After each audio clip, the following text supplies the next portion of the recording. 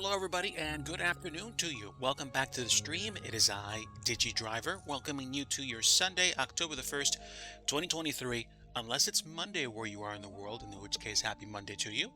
It would probably be somewhere, I don't know, anywhere from 3 to maybe 5 or 6 in the morning. So, good morning to you. And yeah, hope you guys are doing well today. I am just setting myself up here. And I'm ready to do some dev. Just a fairly quick dev session today.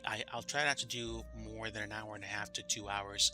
But I mean, that's been the typical norm. So a normal dev session. If I can wrap up early, I'm probably going to do a quick, reward flight in Microsoft Flight Simulator.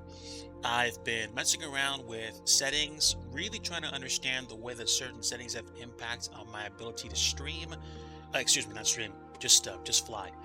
And I discovered, like I was talking with a few folks in different streams, texture resolution seems to be a major game changer for me, because when I set my texture resolution to low and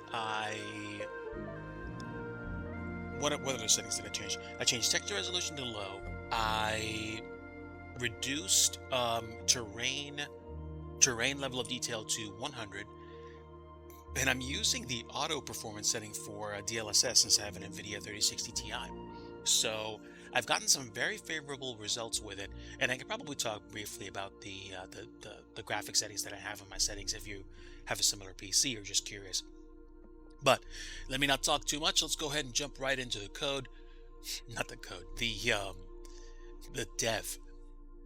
So, I want to say it was probably last Monday that I started working on this, which is a stand where there are a couple of power supply regulators.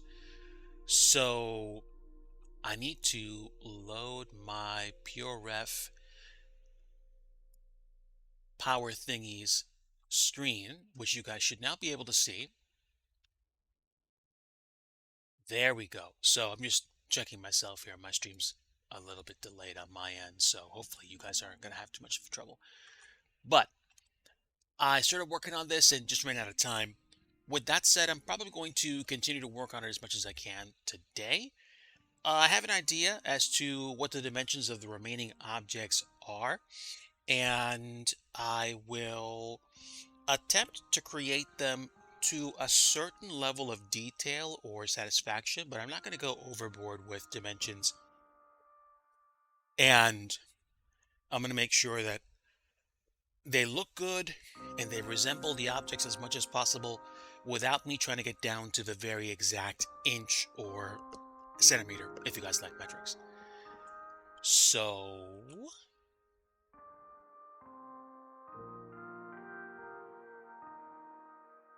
let me go ahead and get started.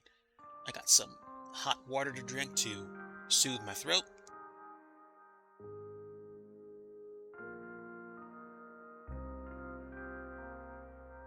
Warm water at this point, but it's still soothing. So, in case you just stepped in here or you're watching on the VOD and you're wondering what in the world is going on, this is in the Microsoft Flight Simulator category. Hi. My name is DIGI Driver. I am a flight simulator streamer that has turned himself into a scenery creator. So my goal is to create scenery like airports for Microsoft Flight Simulator and eventually get back to making them for X-Plane as well. I never actually released anything for X-Plane, but I got started a while ago, and I think I'd like to get back to it. I use resources from a few websites. The most prominent one I use it from is freepbr.com. That's freepbr.com if you're curious or you want to see the materials I use. Those materials are actually free to use right off the bat for commercial purposes, but I felt like you can use them for free, but I think you need to pay for a license to use them commercially. I did. At the time it was like $10, so I have no problem doing that. And now I have them. So, as you can see, we've got a kind of power regulator box to go through or to finish making. And I've built most of the wooden structure, and I need to actually do a few more things. They are like power outlets, piping, and metallic structures or placements. So I need to get cracking.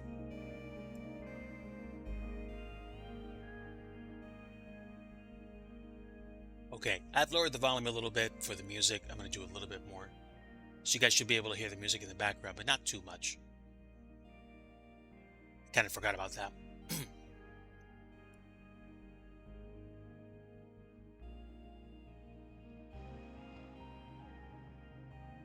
There we go. And I can lower the volume in my headset as well.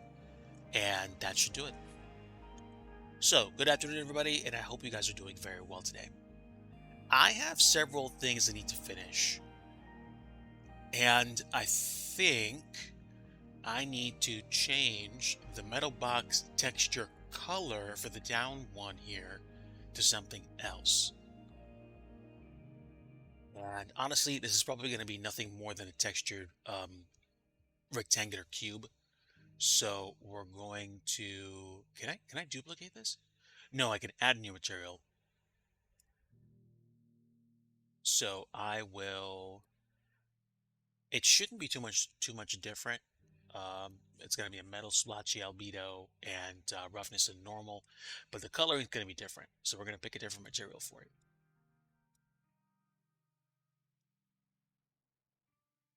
Metal, darker texture. Okay, so again, we're going to go to MSFS material params, pick standard, and we're going to add the material textures we were using before. We could try using the scratched scuffed metal, but that's way too scratched up, especially when I apply the normal map to it. So we'll stick with metal splotchy albedo or albedo, whatever you want to call it. Hopefully I get it right one day. And let me use the rest of it. Oh, let me also have my other windows open so that I can actually see your comments in case you're saying hello. Here. There we go. Also, I lowered my volume. But good afternoon, everybody. Good afternoon. Speak, Digi. Speak. Good afternoon. There we go. I'm not blah, blah, blah, blah. Stream speak, it's a thing. Now, I could probably darken it a bit. And I think I'm going to do that, actually.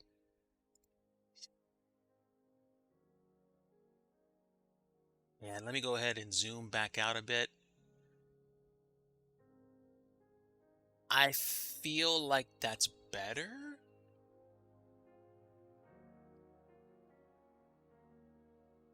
All right, I want to take the hexadecimal value from the color and apply it to this one too. That's how I should start.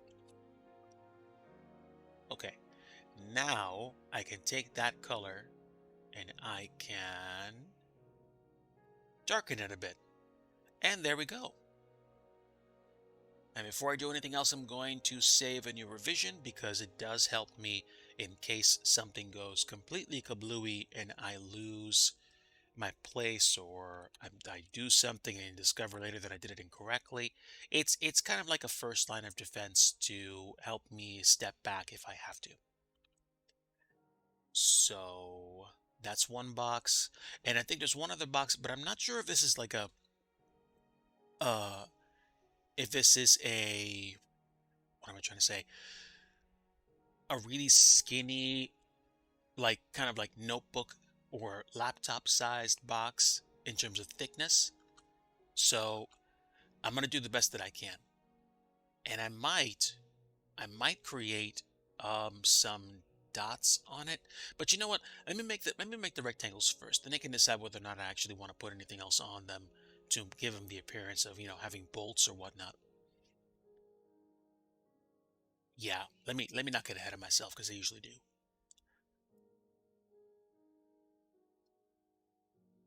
Okay. Now I'm working from the origin, so the cube's going to be, big and bold and in your face. So sorry about that.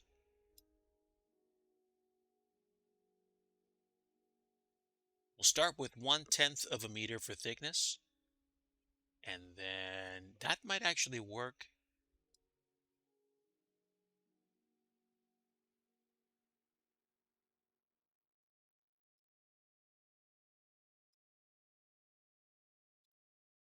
And that's probably good enough for now. Let's move this on the Y and X axis. And let's see how close we get to that picture. That's not too shabby, actually. Although I do think it needs to extend a bit further past the right side. So, if we move it on the Y-axis, it's still a bit chunky.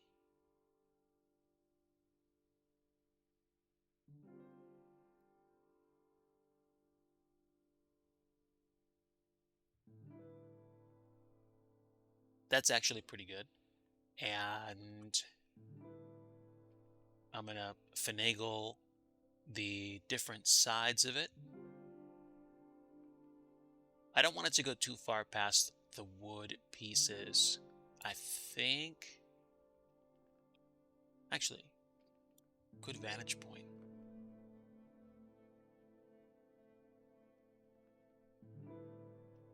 Great. And now we can move this piece over. I want enough room for those pipes to sit comfortably. And the pipes are going to go up into the bigger box. I'm also going to create, I think, meters or layouts. And then we'll see. Is that a bit too much? I don't know.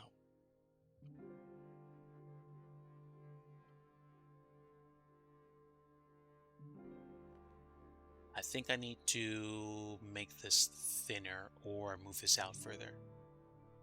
Oh, no, excuse me. I need the entire thing moved.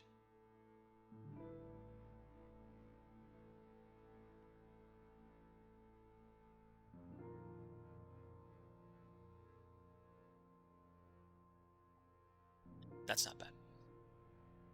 Okay, so, we've got the makings of a box.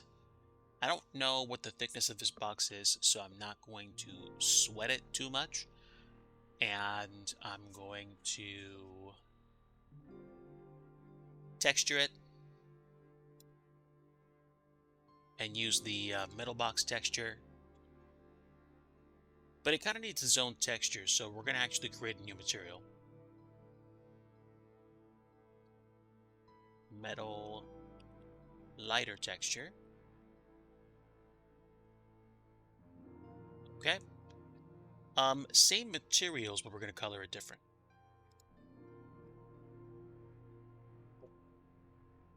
Okay. And metal splotchy it is.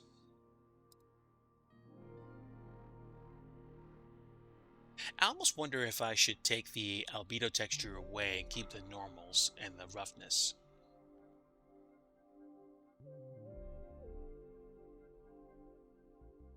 But I tell you what, I don't think I care about that so much because I think I want them to be very imperfect. I wish there was a way to blend the texture into the object so it wasn't so obvious. But I do like how the light plays off of it.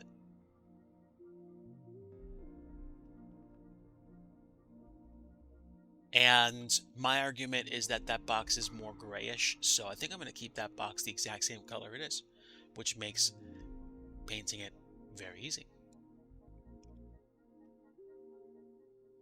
And I'm going to get rid of clear coat roughness coats.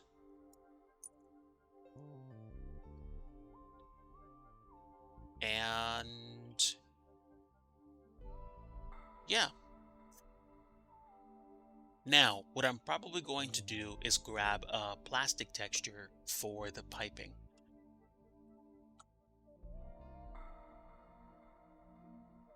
And we'll grab, I think, a shiny metallic texture for some of the pipes as well. But most of them appear to be plastic, so let's go ahead and get going with that.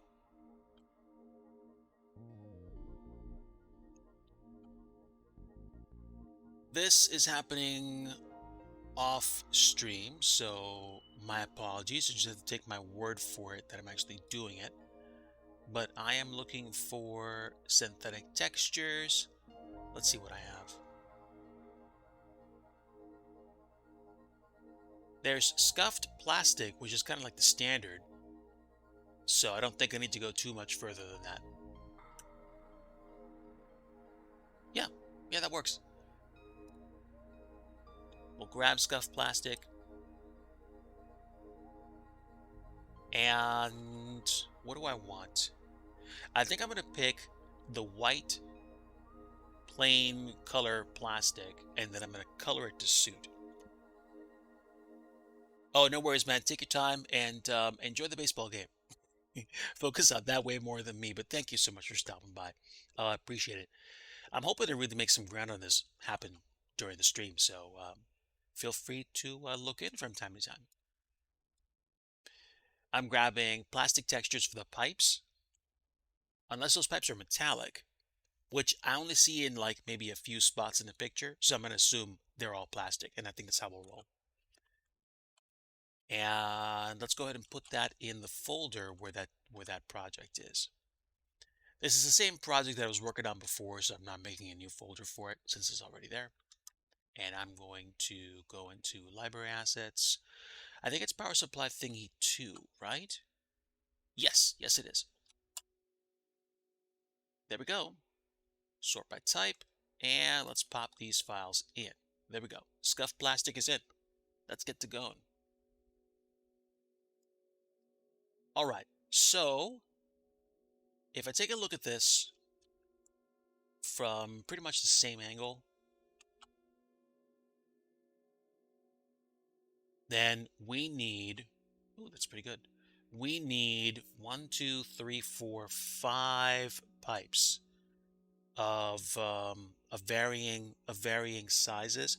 I'm going to create a semi-consistent pattern and apply it to all of them. I'm going to create 2 types of pipes based on the designs that I see, and I'll work on the smaller type first. So the pipes are going to be cylinders, and I'm going to add a cylinder right now.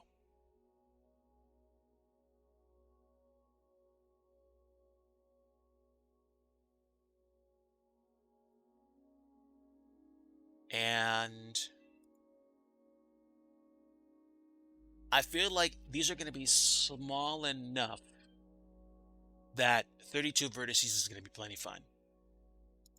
So let's do 0.25 to start. And now, actually we could do even smaller than that.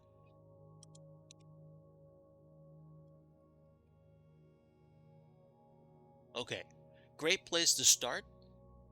And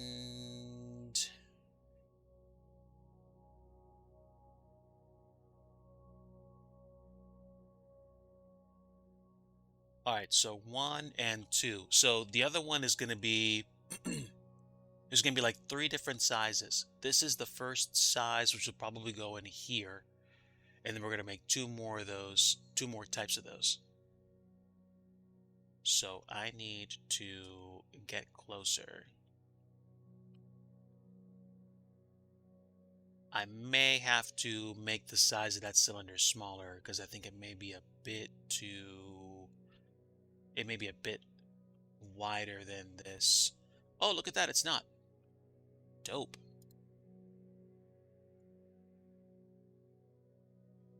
Okay. And while I'm at it,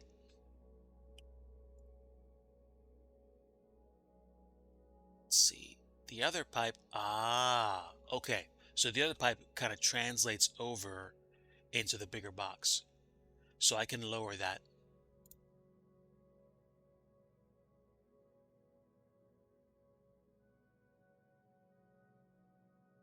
And let's go down here. Take this piece and boost it up. And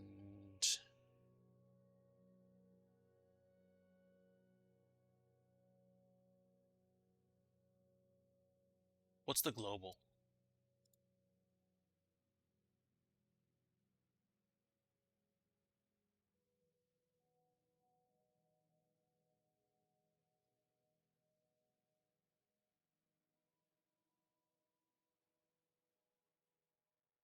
All right, let's change that. Is that the same height? Yes, now it is. Okay, now this is where we can get a little bit intricate with the design as long as I know what I'm doing, and I do not know what I'm doing, so this could be interesting. I need to create, I think, about 3 or 4 loop cuts for the pieces that are a little bit wider in spots. With these types, there only seem to be a few places, so maybe about 5 or 6 loop cuts total.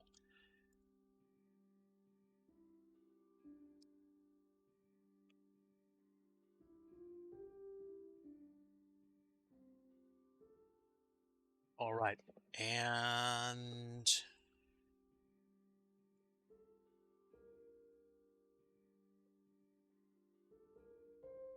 yeah, I'm going to try to move as quickly as I can today. I don't really want to spend too much time overthinking the design.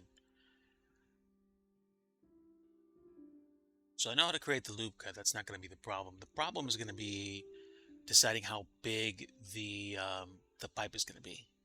Also, the pipe needs to be off to the right.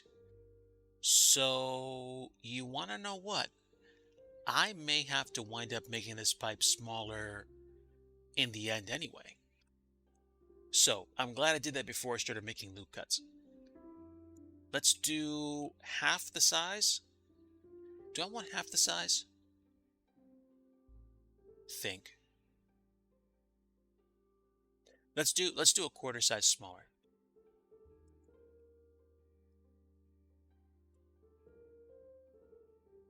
I don't know if that's gonna work.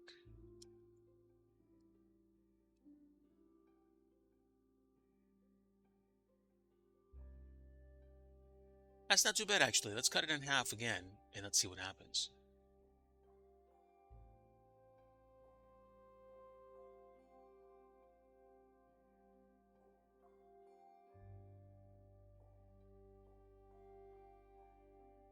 Hmm.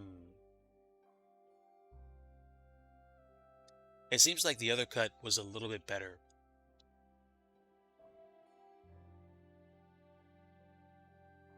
Or do 0.325.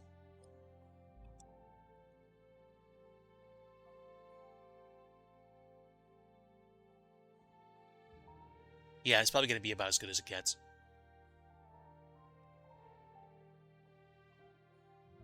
All right, let's put the origin back on the geometry. And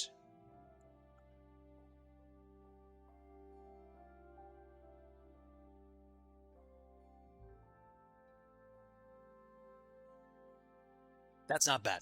That's not bad.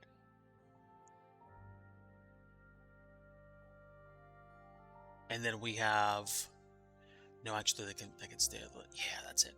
And then we're gonna have another pipe which is gonna be smaller to its side. So what cube was that?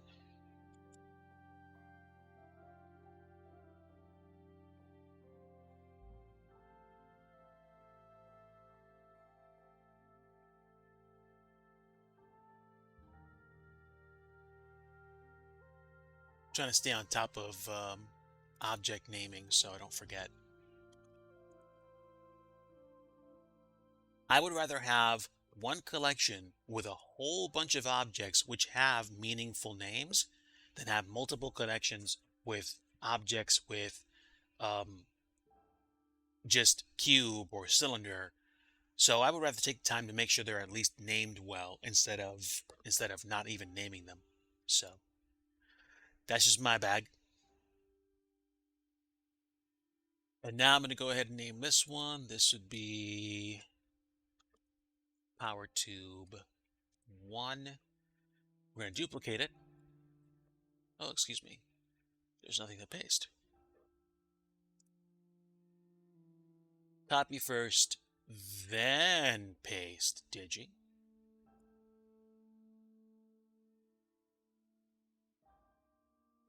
Okay, so we definitely need to shrink this down in terms of dimensions. And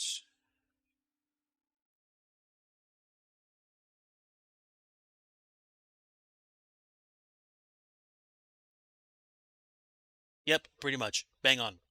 Bang on. Actually, you know what? Hold on. Hold on. Let's make it 0.0185.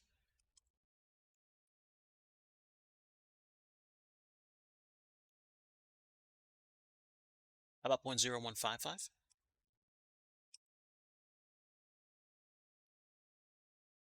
Okay, now I'm just guessing at measurements here, but this actually looks close to what we had before.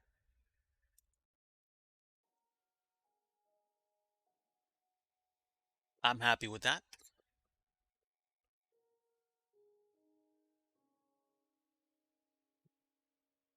Okay. Pardon me a moment, guys.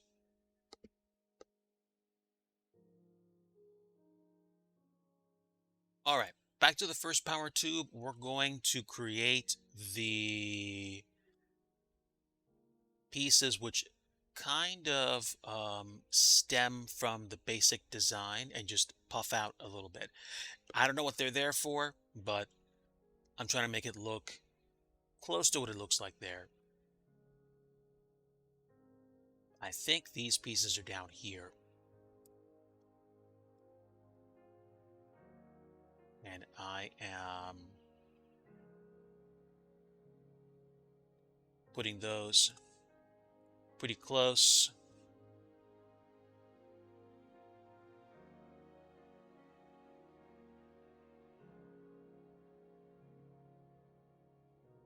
The reason I put those loops so close together is so that when I expand this section in the middle, it'll be this will kind of puff out. You'll see what I mean in a bit. Only thing that's a little bit of a challenge is sometimes the maneuvering of the camera view so that you can actually select everything and puff it out.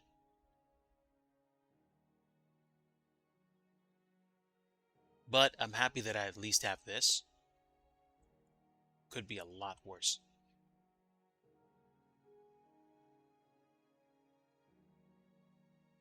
Okay, now I should be able to scale it.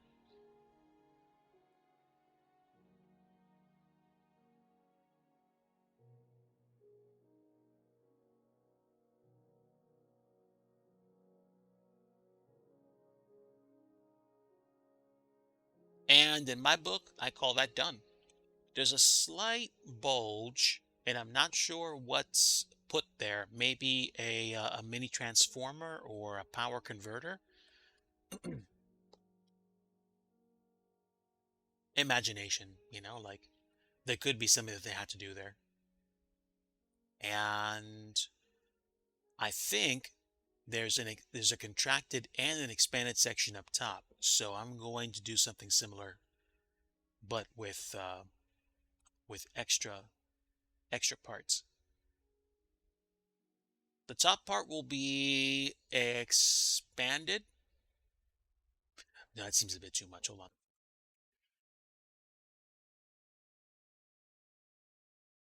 That's better. Take another loop cut, put it right up against it. And then what can we do?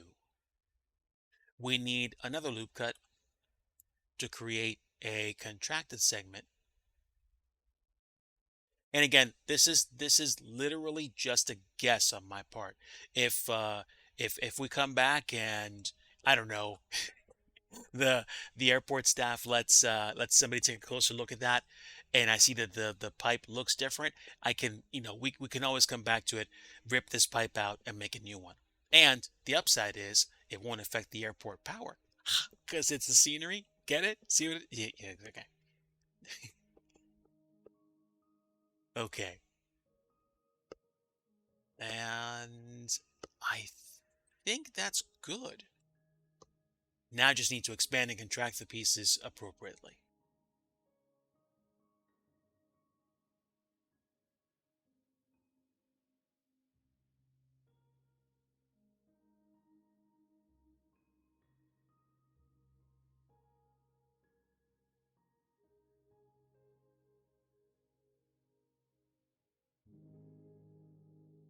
All right, let's zoom in.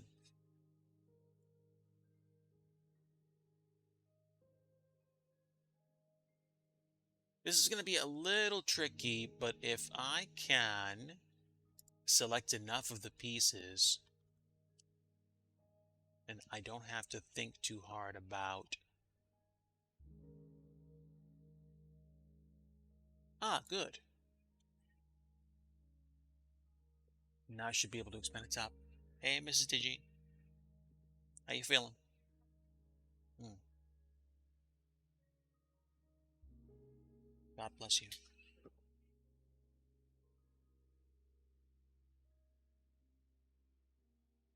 Okay, this is actually a nice view to see because you're going to see that I'm actually expanding the entire top piece right here when I scale it. It's not going to be a massive scale, just enough to actually make it a little bit wider at the top.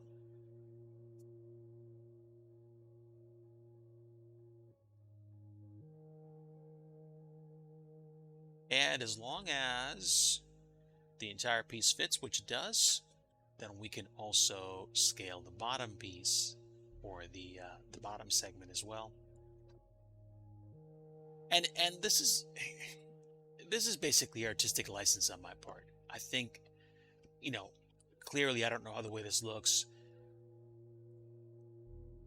and I don't know. I mean, I I know that there will be folks that can put feet on the ground and confirm whether or not that looks anywhere close to that.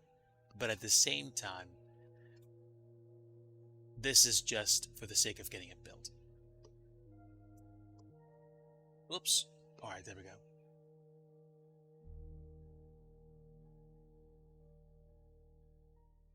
So I don't know why it would be expanded at the top and constricted just below it, but we'll see what we can do, or we'll see whether or not that's actually legit. Avalars, I am better than I deserve. I hope that you're doing great today, and thanks for stopping in. Really appreciate it. Um, hey, out of curiosity, do you still stream? And when was the last time you streamed? Um, if you don't anymore, that's fine. You know, totally okay. If you do, though, um, it might have been during a time when I was like busy with work or something. All the same, man, thanks for stopping in today. I really appreciate having you here. Your company's appreciated. And I think I'm going to grab this box and push the dimensions up a bit.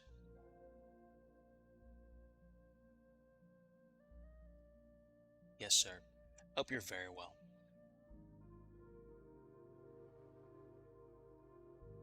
So, it shouldn't be too much further down than, say, this much. Yeah, there should be some more constraining, not too much. Okay. But definitely, Abelar's glad to have you aboard. Grab a comfy drink and settle in. We're building things. I think the smaller pipe is not going to have too much of the same stuff the first one did, but we're going to duplicate this and then expand it, scale it for this box, because this box has two pipes as well.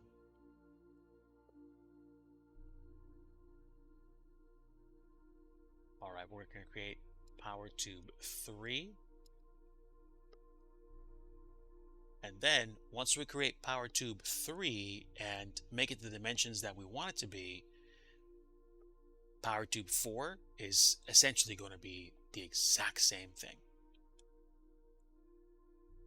Now, first thing we're going to do is adjust the radius of the cylinder, because it's going to be a bit thicker than power tube 2, and I think we can go up to...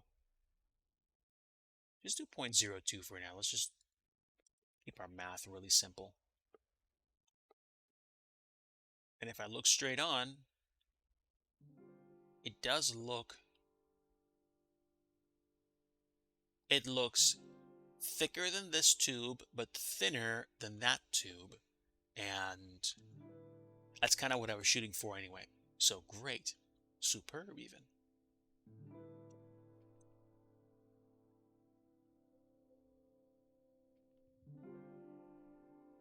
All right, let's pull this down a bit.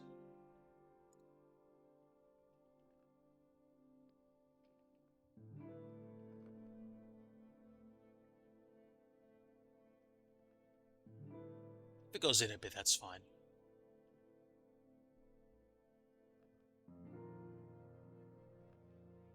All right, now the expanded parts are at the bottom, kind of like with the first thicker tube. So we're going to do something very similar.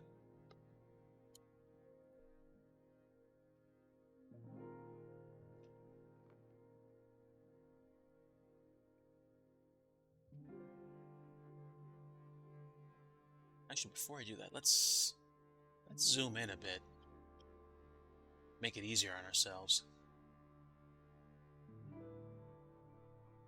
Loop cut at the top. Bring it down to the bottom.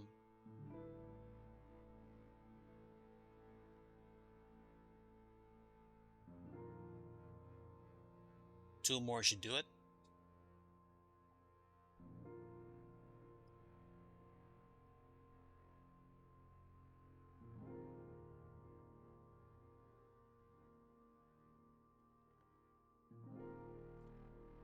And now we should be able to loop it through.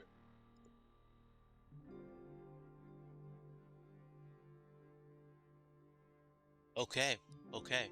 Are you still using X-Plane 11 or are you using X-Plane 12 or Microsoft Flight Simulator?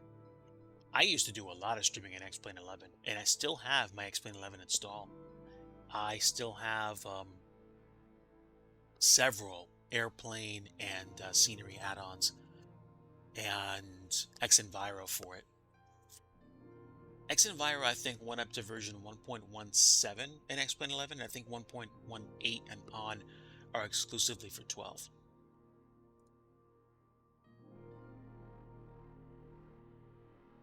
I actually did a flight in X-Plane 12 last night. Took an old freeware Airbus A220 for a flight from Comox Valley in British Columbia to Portland. And it wasn't bad. It wasn't bad. Frame rate was consistent, so I enjoyed it.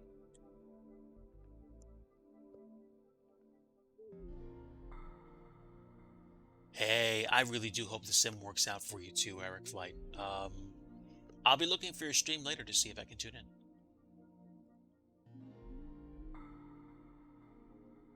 Let's get that blue expansion.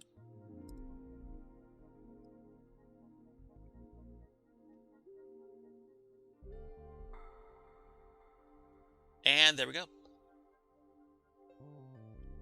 Simple enough. Let's go ahead and expand this power tube some more, and we'll duplicate it.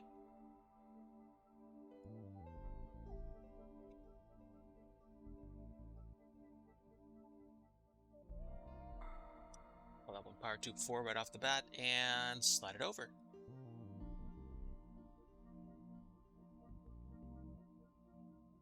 That's not bad. The Streamlabs notifications are supposed to come every 30 at the 30-minute mark and the 50-minute mark of every hour, but for some reason those two come together. I apologize. And of course, you guys know donations are not a requirement. Like, you guys just being here and chatting is good. If you'd like to, that's great, but trust me, you don't need to. You don't need to. It'd be nice, but don't feel forced. Both X-Plane 11 and 12, they both have problems. I deleted MS 2020, don't care for it. Hey, yeah. If X-Plane 11 and X-Plane 12 work better for you when they work, then stick with them. I really do believe the best sim is the one that you enjoy flying. So, totally get you. And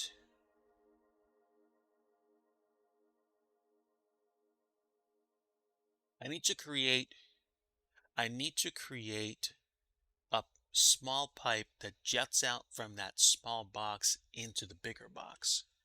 So, nothing to it but to do it, right? It's going to be a kind of metallic box, but let me see if I can find a metal that's just scuffed and not splotchy, like a really basic metal box. I'm looking through my metal folder for my textures.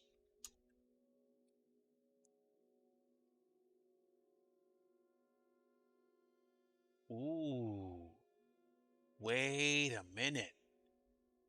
Wow. I don't know if shiny's gonna work that well, but I can try.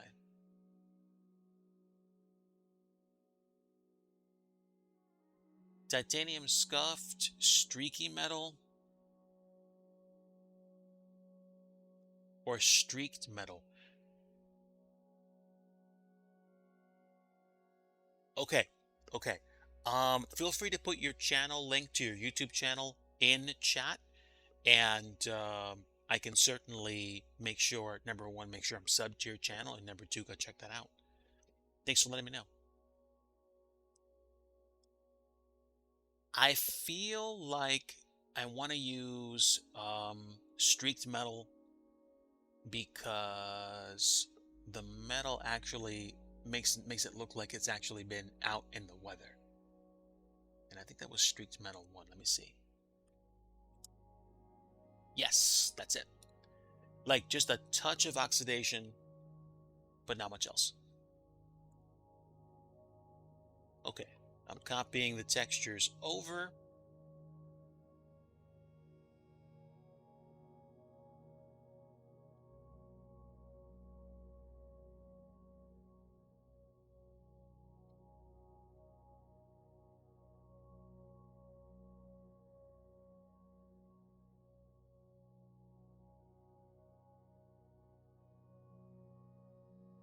And where is it? Oh, that was the screen that was complaining. I got it. Sorry, folks.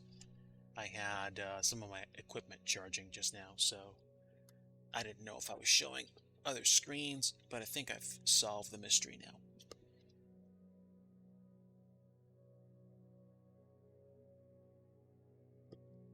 I have old tech, and the battery on old tech sometimes just really doesn't hold a charge for very long, so things.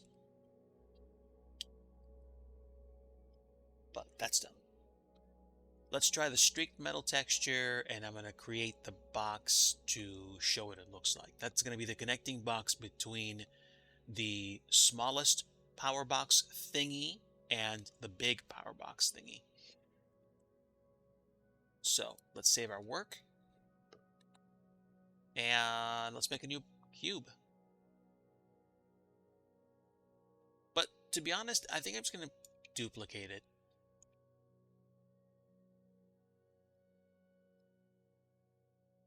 Make this the fourth power meter box. Actually, I'm going to start calling these power meter box connector namesakes. All right.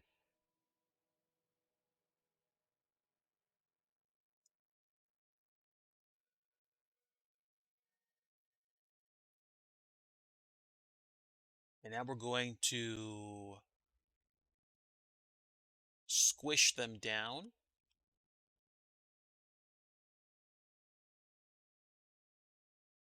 It's like almost less than a quarter.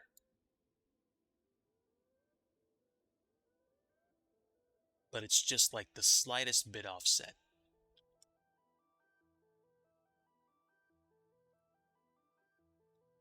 Okay, great.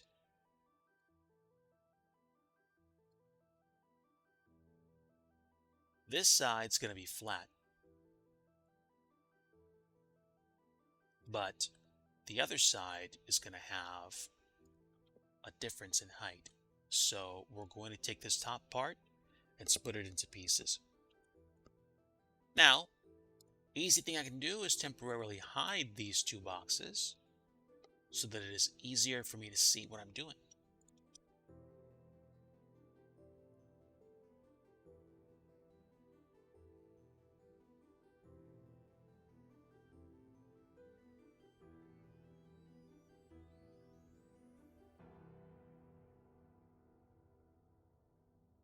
Hmm.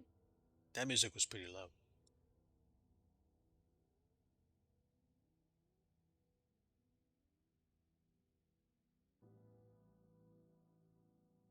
All right, let me see if I can find you real quick, Avalars.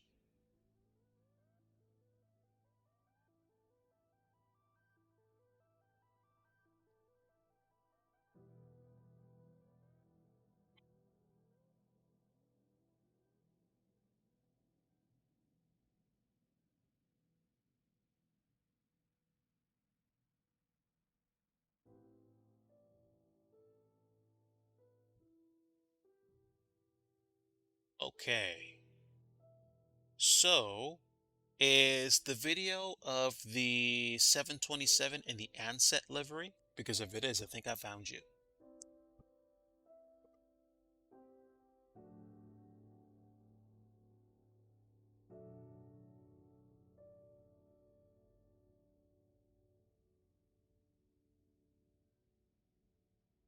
Okay. Yep. Yep. There we go. All right. Superb. Thanks for letting me know.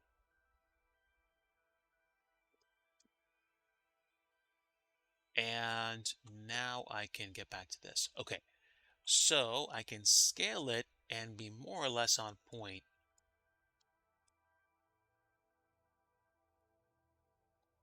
There's actually, this needs to be a bit more offset. Not too much more.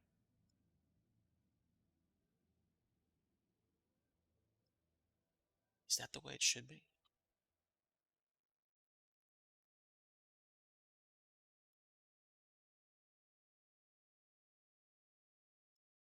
Okay, great. So we're going to take this top piece and lower it.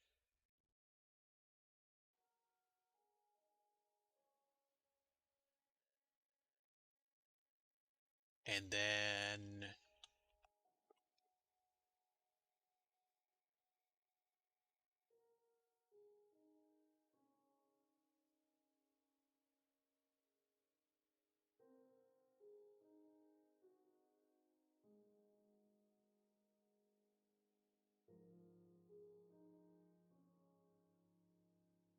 probably squish that side in.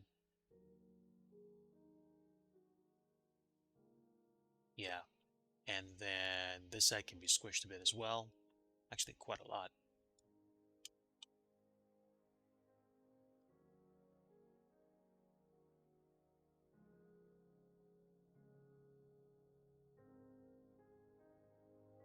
There also seems to be a recessed face here. Don't know if I want to do that, so I'm just going to leave it simple for now. And now we're going to go ahead and bring the other boxes back into view. And then I can reset the origin to geometry and move it back more or less into the middle. Okay. So that makes me think we still got a ways to go here. So I'm probably going to make it like this and then squeeze this even more.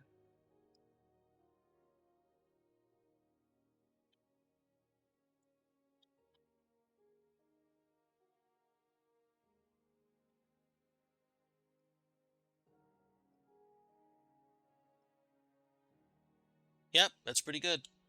Now we're going to, I think,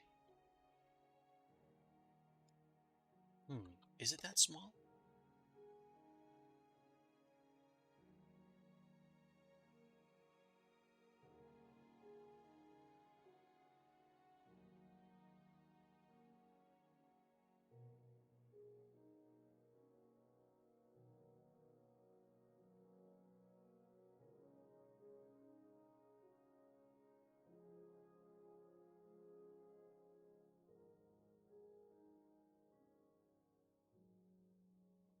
That should be enough for a tiny tube.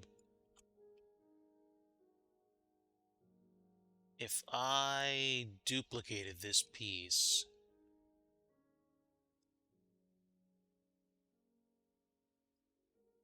let's see how it would look.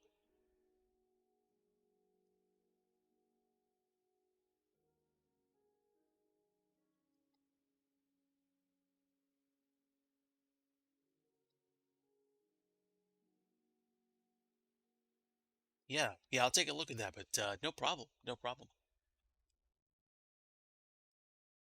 It looks like it's just a little too small. I'm gonna make this a little bit wider.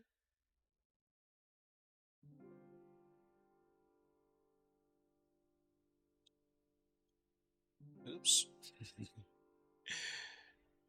Kicked on gravity by accident. And let's move this entire thing over. There we go. Just wide enough. Okay. Now, oh, great! Because I didn't actually put in any expansion pieces on this pipe, I can pull it all the way up into the main box.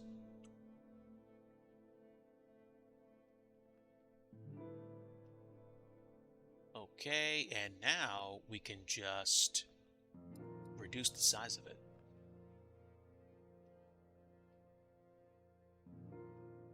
And a little bit more.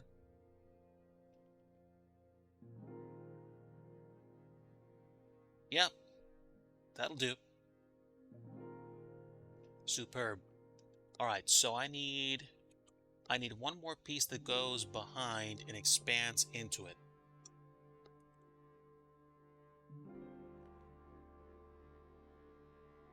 And what I can probably do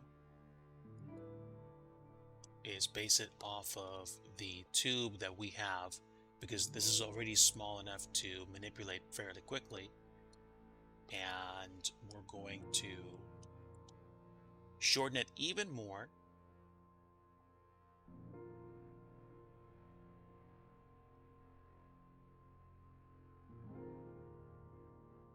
And which is the rotation that I want?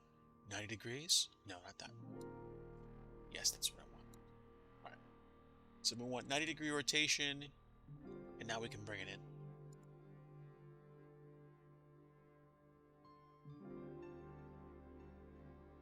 And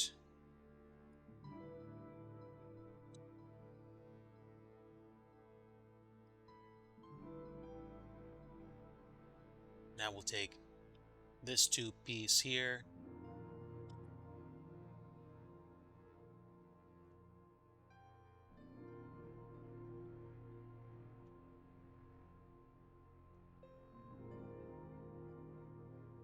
Yep, pretty close. All right. Also, because this is really small, the loop cut's going to be right in front of me. So let's take the tube cut and cut some more. And then this one's going to be a little bit more annoying than the first several ones because I have to go under it.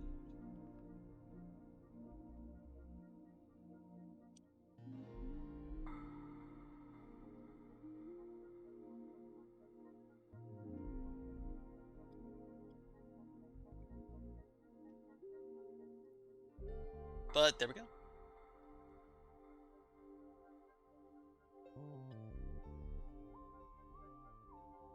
Let's scale this. Plenty of room to scale inside this box, so we're not going to worry about it too much. Oh, interesting. Am I doing something wrong?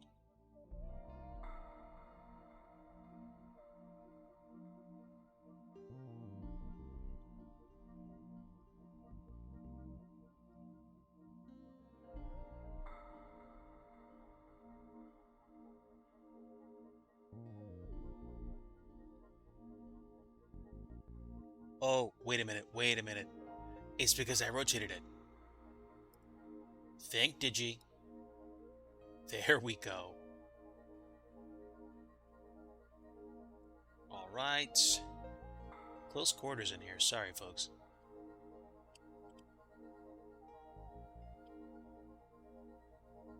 I might shove it forward a little bit.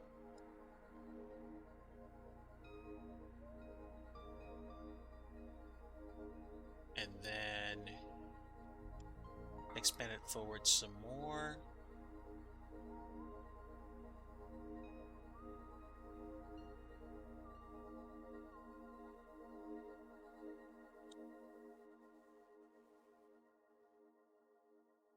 And there we go. Okay, so now we have the connecting pieces, and now we have the pipes for, I'd say, a little over half the stuff.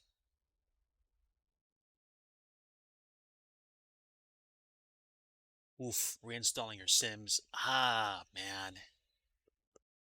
I know I had to reinstall Windows 10 to reinstall Microsoft Flight Simulator at one point, but I don't know. I might be coming up on an OS reinstall at some point in the not too distant future. I don't know. Okay. Um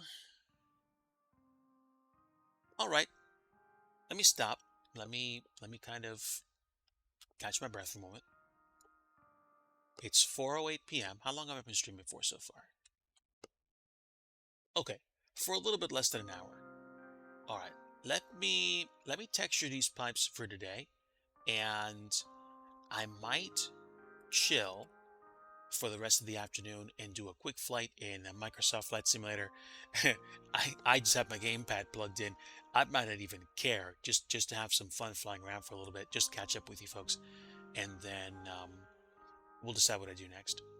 But let me texture these pipes, and I'm going to change the texture for this box to the streaked metal texture and keep the coloration for now and see what happens.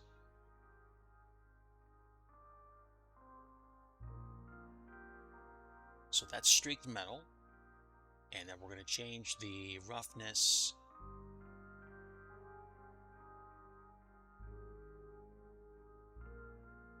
And the last thing we're going to do is add the normal map. Okay. It is different. If you literally walked up this close to it, you can see it's different. Which is kind of nice. But I also haven't customized the UV map for that. So I want to take a moment to do that. UV, Smart UV Project, and bam. It's hard to tell when you are working on it and it's highlighted, but I like how there's a kind of fake light source that's here. And I like how the textures are a little bit different now.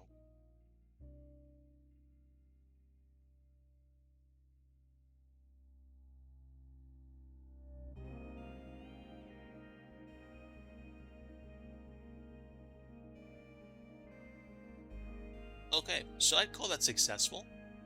Let's grab a texture for these plastic pipes and start putting them to use.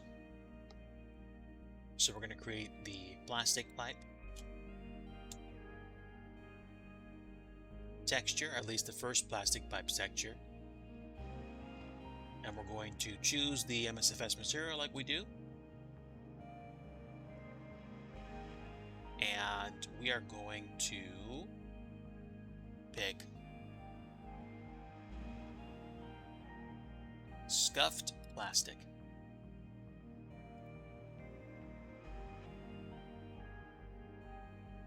By the way, folks, whether you're watching live or on the replay or the VOD, thank you so much for tuning in today. It is appreciated. These pipes are not like super duper bright. but they're not dark.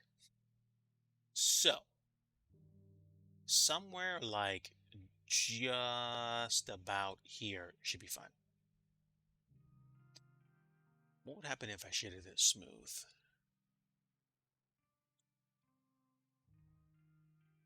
Then, I don't know. You wouldn't be able to see much. Oh, oh, I see now. Ooh, shiny, shiny. Let me do the same thing here and see what happens. Oh, wait, excuse me. These are not metallic. They're plastic. So I can't use metallic coloration, metallic roughness. Take care of the clear coat and specular, maybe to 0.8 or close. And we're going to see what clear roughness is like. Okay, that's like shiny, completely reflective.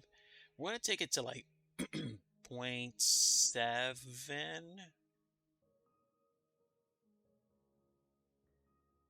Wait, what about 0.4? 0.4 would be a little ridiculously reflective.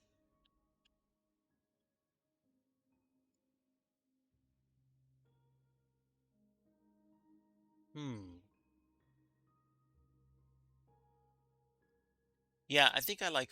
Oh, wait, that's the wrong one. I think I like flat texturing, but I'm still learning my way around this stuff, so my apologies in advance.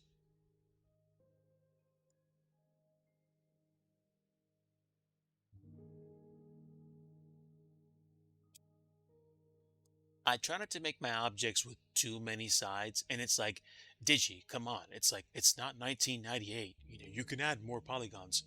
Well, I see where you're coming from, but at the same time, if I start putting 128 vertices on my cylinders, and I put cylinder after cylinder after cylinder in a project, it's gonna get to the point where it's gonna be like, whoa, like why is my scenery so slow?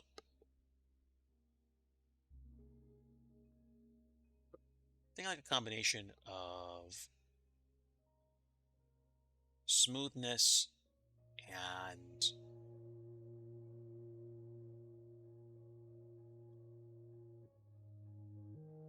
reflected light.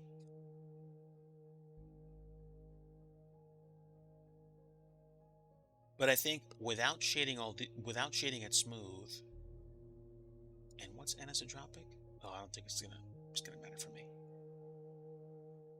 It's gotta be 0.4 or maybe even 0.35 or better. We'll see what happens with 0.375 and whether or not this actually pans out. But you can now see the light shining more. And I almost want to do it 0.2 or even more than that, because then you really get the sunlight coming through. So we'll put it that way for now, and we'll see whether or not that sticks.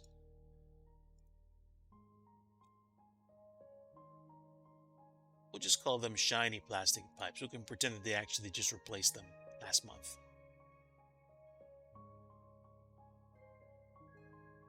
And because the plastic albedo texture is supremely um, irrelevant for this, it's probably not going to matter.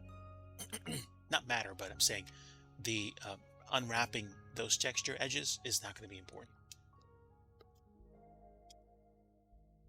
Okay, so what did we do today?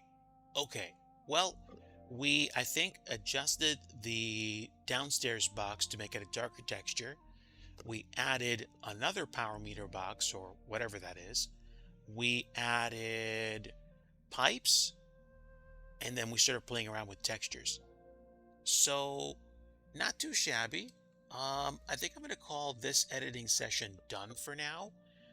And then I think I'm going to just take a break and get set up to do a little bit of flying and flight sim with the gamepad for fun. But yeah, let's do that. Let's rest into the rest of this weekend a little bit. since I'm going to have some stuff to do before I chill for the rest of the night. So stick around. Let me go ahead and get set up for my flight. I'll be right back.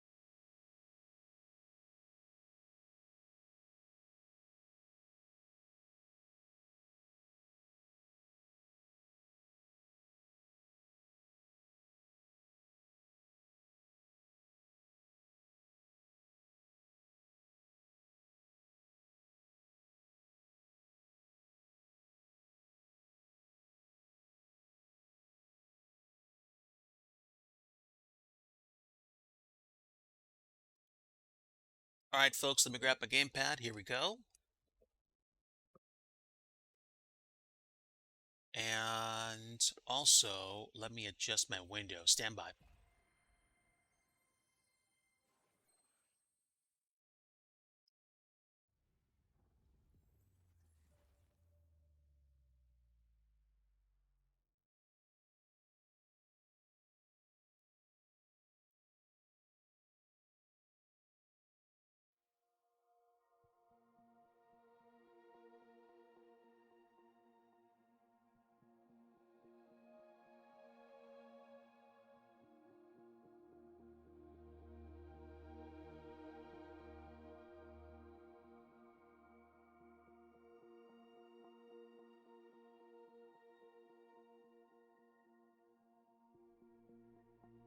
Okay, so I have been on a quest to make some better settings happen for my Microsoft Flight Simulator. And I noticed that on recent flights, I kept having issues with large amounts of stuttering or less than pleasant performance. So I decided to do something about it. And I jumped into the sim. I spent more time tweaking, more time adjusting settings, more and more and more of that. And then eventually got to a point where I was like, oh, so this is what's causing it. Part one of the discovery was discovering how texture quality affected the performance of my sim. Believe it or not, in case you didn't hear me explain this before, I'm actually using low resolution texturing. So my texture sheets are at the lowest resolution possible in the sim. But I'm using NVIDIA DLSS, and I am I'm using NVIDIA DLSS in auto mode, and I'm also using like texture super sampling. I'm using anisotropic level 16. I've got DLSS for anti-aliasing. So it's like it's a grainy experience, but it is smooth. I'm going to increase my volume. If at any point the volume gets too loud, just let me know and I can always adjust it. I do check on my chat from time to time. This should be good. If it's not, let me know. Actually, let me do one more adjustment. Yeah, I think minus 15 on my slider. Yeah, 16. Okay, I'll deal. Let's have some fun. Let's go ahead and fly. Where should I fly? I want to fly somewhere where I can really kind of pay attention to the scenery. And believe it or not, I feel like flying a GA plane. I don't know if I'm going to fly an extremely involved GA plane with a gamepad, most likely won't, but I've been thinking about this for a while and I have not flown around Sedona on or off the sim in a long time. So let's go to Sedona, let's do a few circuits or at least take a look around the area. And this actually might not be a bad test of the way this area looks like. You know what? Let's go ahead and stop in transient parking, and let's pick a slightly beefier plane than this. Do I want to fly around in the CRJ? CJ? I don't know. Let's see. A Bonanza? Maybe. Actually, it's not a bad idea because that should have way more than enough oomph to get me on and off of Sedona and also give me some pretty peppy cruising speed. Let's pick the Kenmore livery. And weight and balance. Give me like 75% fuel.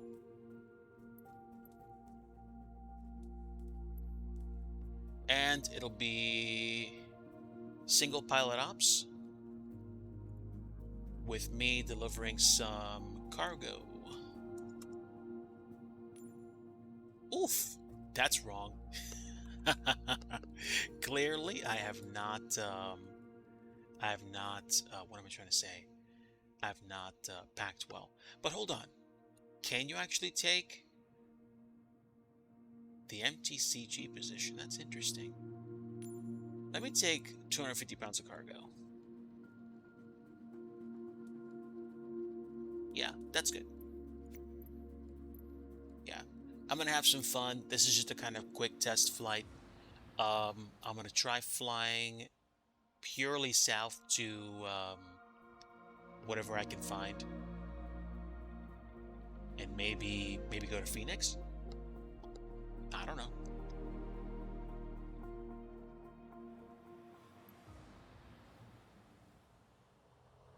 Oh, this is the thing that it does. It sometimes spits me onto the runway, even though I choose to start at a spot if I go check the settings.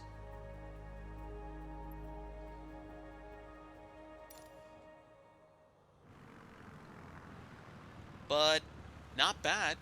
Not bad. Is anybody around? Some folks, probably down in Phoenix area. This is default. This is default, or what's the phrase I'm looking for? This could be handcrafted scenery for Sedona, I think. Okay, it was complaining because it's not configured for takeoff. And let me adjust my volume. Actually, no, it should be pretty good. Let me just increase the volume of my headset. There we go. All right. And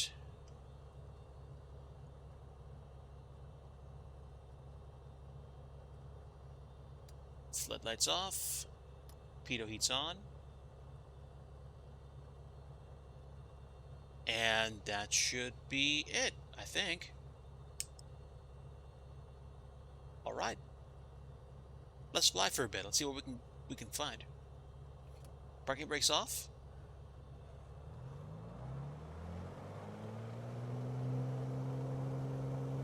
And away we go.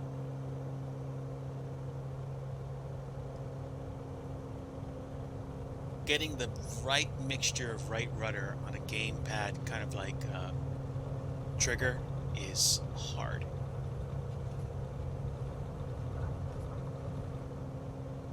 But up and away. Positive rate, gear up.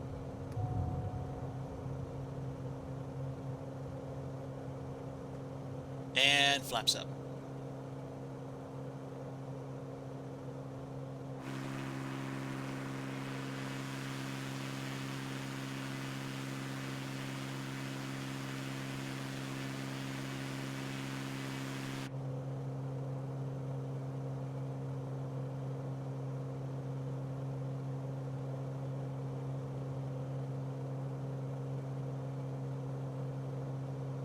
I also took some time to listen to the AI recommendations from NVIDIA. If you have an NVIDIA graphics card on your computer, it's probable you have something called GeForce Experience, which is going to make some suggestions for graphic settings for, I think, supported games like Microsoft Flight Simulator. And it suggested lowering some things, which after I allowed it to tweak settings, I said, no, I want some of these back up the way I want them. But I like keeping the texture resolution low because it lets me keep my frame rate high. And honestly, I think the results speak for themselves. No, the mountains aren't perfect. They do seem a bit softened and mushy, but at the same time, one of the things I'm noticing is, at least at the moment, the amount of stuttering that I'm getting has gone down. I've also re-enabled my rolling cache and I've given it 32 gigabytes to play with. So I think some of that is also me setting up or me establishing a rolling cache again, kind of like I used to have.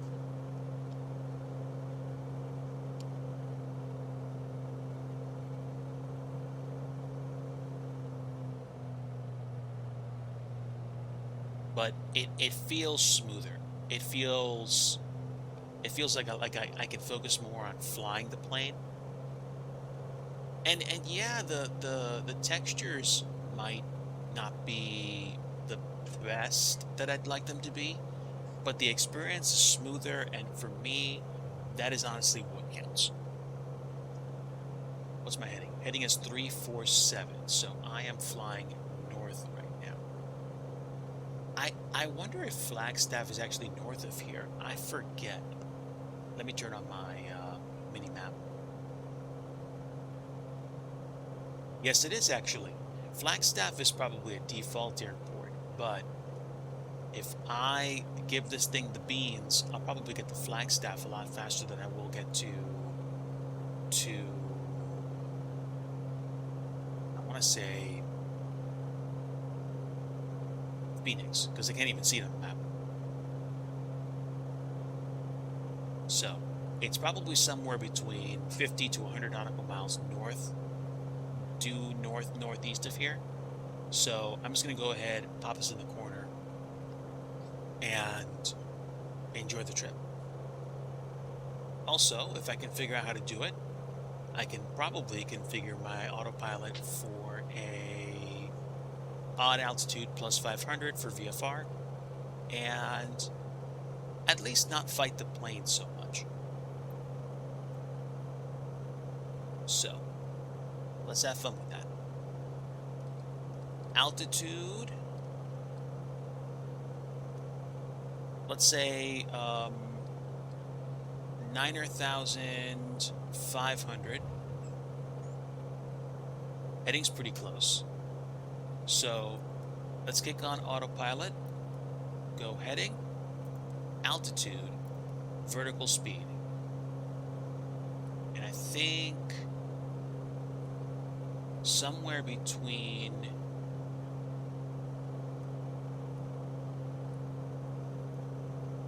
what did I set my vertical speed to? Hold on. Where do I set the vertical speed? That's what I'm trying to find right now. Did I just tweak it?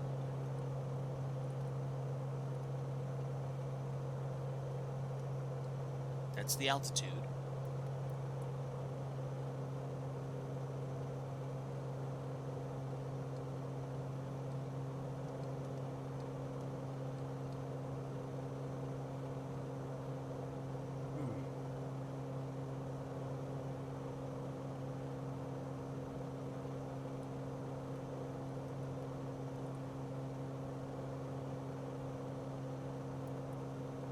Yeah, it's altitude reporting, so it's on, and I'm VFR.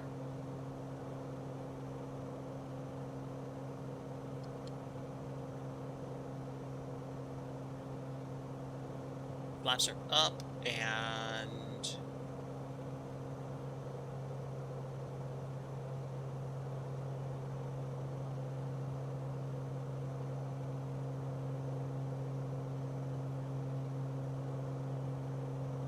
do GPS tracking. Yep, there we go. So Flagstaff is probably about 30 some odd nautical miles off my nose.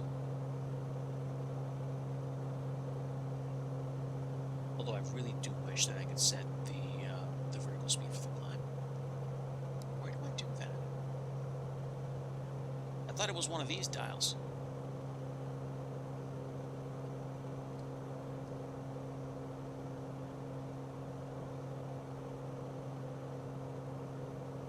Not something I'm worried about right now. We're holding altitude at 9,500 feet, so that's good.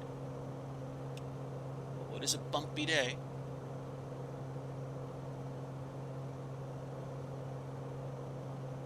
What's the scale on this map? 2.5, 4, 5, 7.5. Oh, no, wait. I'm way closer to Flagstaff than I thought. Sheesh. Matter of fact, I think that's the airport right there. So that was way faster than I thought it was going to be. That's pretty cool.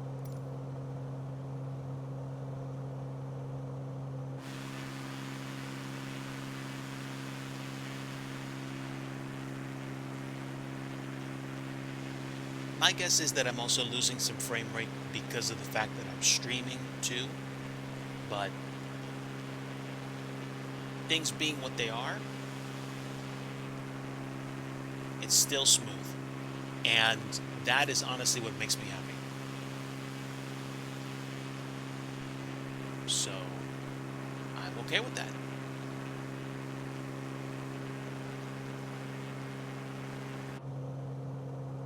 Okay, so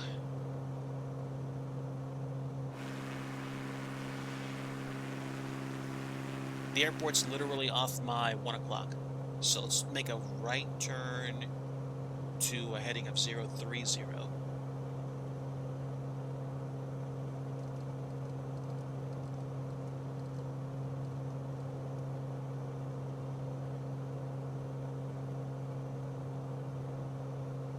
And I'm guessing the runway is probably...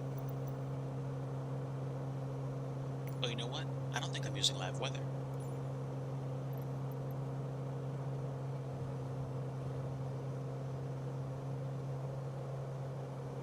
There we go. October the 1st.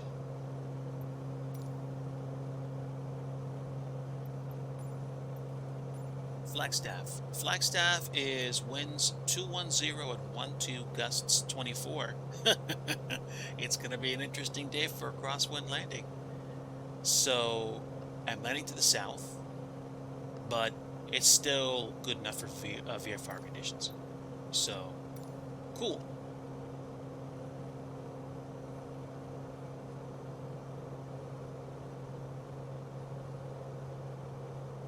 Okay, I think I'm going to buzz the airport, literally overfly it. So it is not 030, it's probably more like 050. Oh, no. Yeah, it's runway 3. And it looks like we have traffic there too, which is kind of neat. So let's do this. Let's go to, I think, 040. And do we see the traffic down there? I don't see a plane. Are they still there? They might have despawned.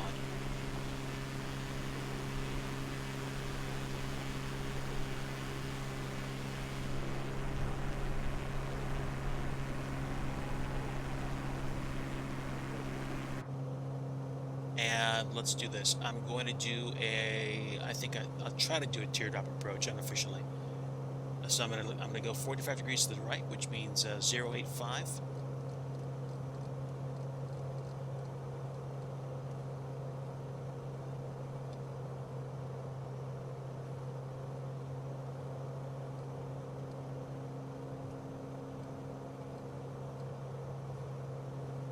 Wow, it is bumpy.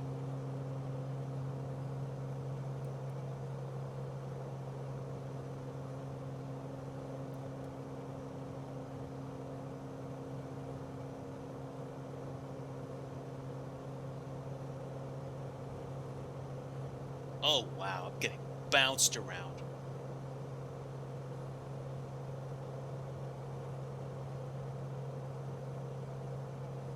It's kind of crazy.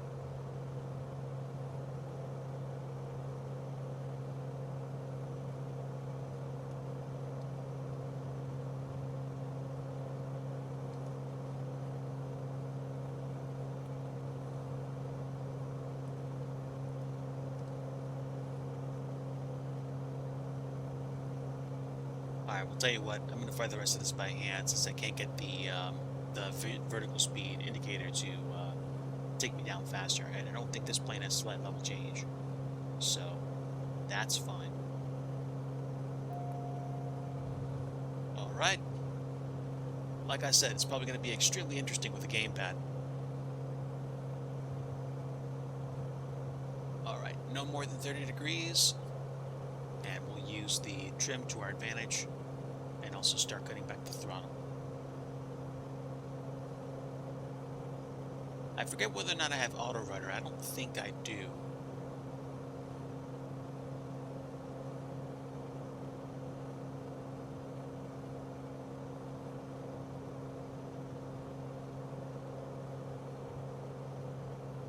But on the one hand, I kind of did do a teardrop approach because now I'm on my way into the waypoints for the arrival. Can I load? Can I load the procedure? Never mind. It's too windy. I see the airport. We can go visual. But man, is it crummy outside.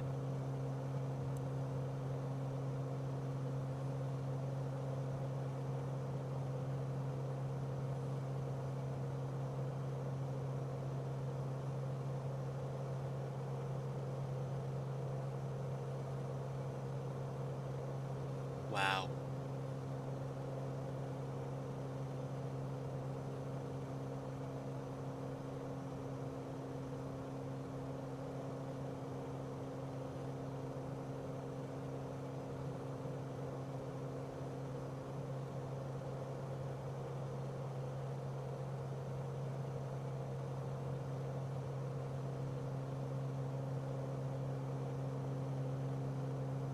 Okay, we're actually pretty good on approach right now. And can I see winds? Yeah, oof. The winds are from the south at about 30 knots. I'm getting bounced around. This is no joke.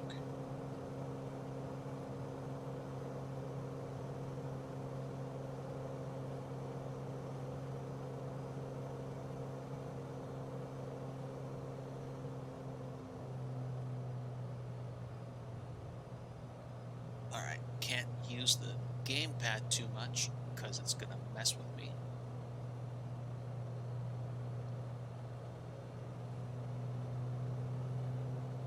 The winds are blowing me off course, so I am gonna have to add some rudder.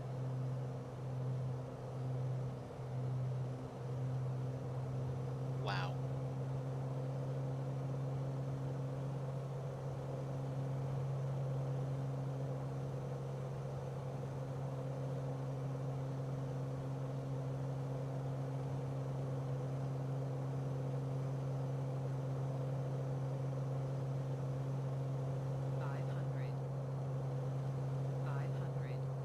Wow.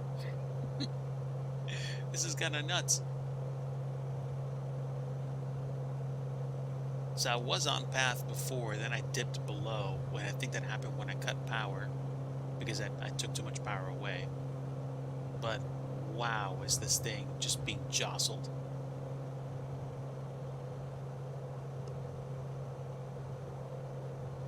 Nope, nope, nope, nope. Point the nose down, please.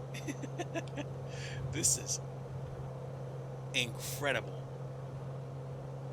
I don't know if they're doing wind shears in this sim, but man, it's crazy.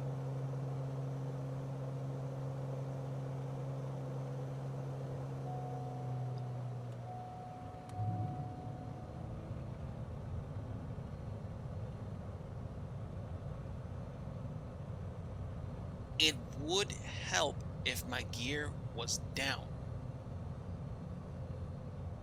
All right, there we go, gently.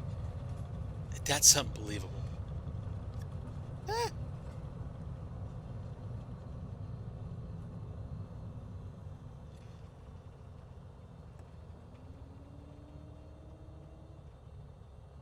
I did have a notch of flaps, but I'm also kind of happy that I did not have too much flaps in or out, so to speak. Yeah, that was really nasty.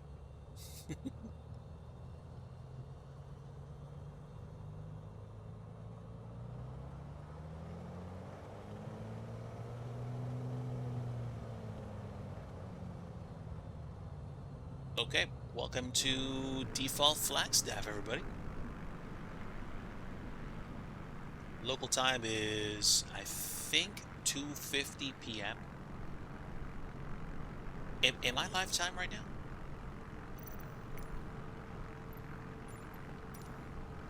Okay, so like, yeah, almost 2:50. This is live time.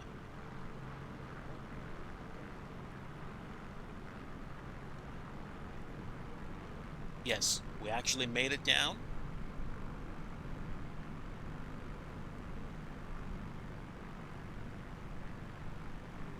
Kind of cool. I guess Flagstaff has a relatively small airport terminal, which is cool. Let's go park in a hangar and check out some of the things that have happened recently in my sim.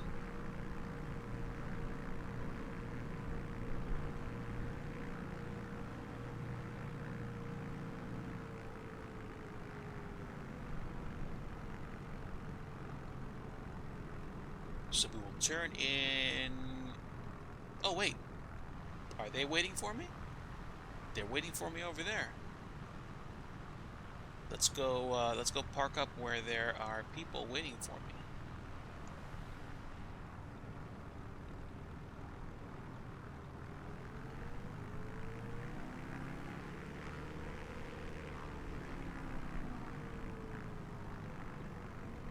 All right, Mr. Van or Mrs. Van, let's have you move along so that I can actually park where they're asking me to.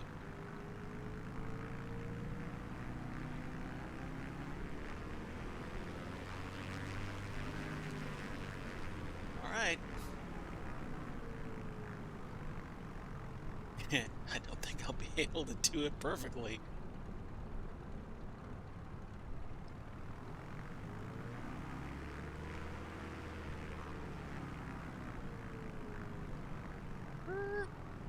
All right, well, good enough.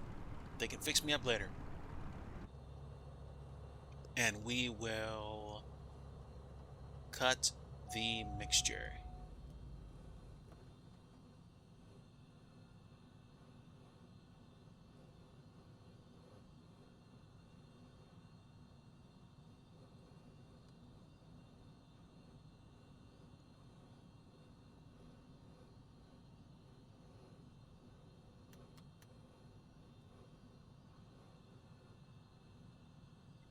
And that's it. Yep.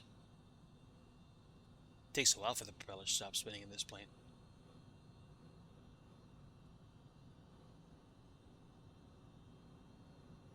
Yeah, you shouldn't be spinning at all.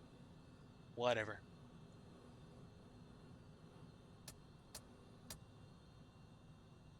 And